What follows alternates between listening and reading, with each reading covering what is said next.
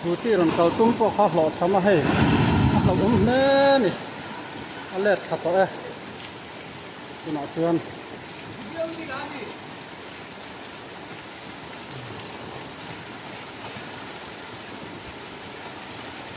ใช่ให้คุกไหมนักก็ได้ไหม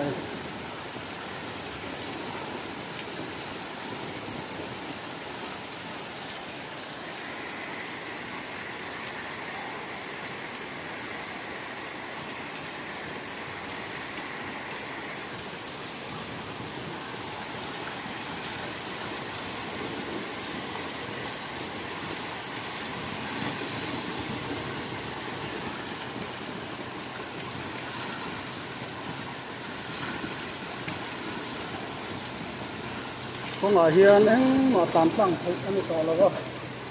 มันตามตั้งซุ้มตะเกาะมีแรกแหละสิอันนี้ทำไม่เอาเดี๋ยวชักคุกไหม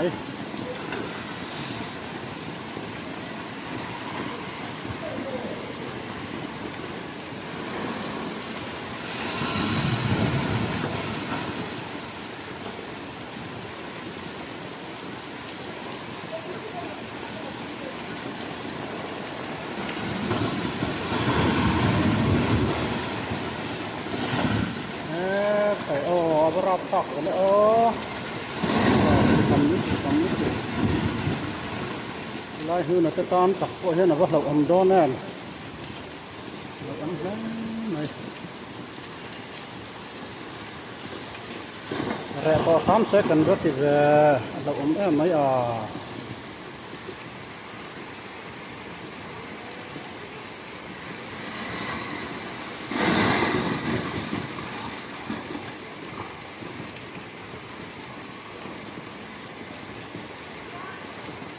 ผักแล้วไหม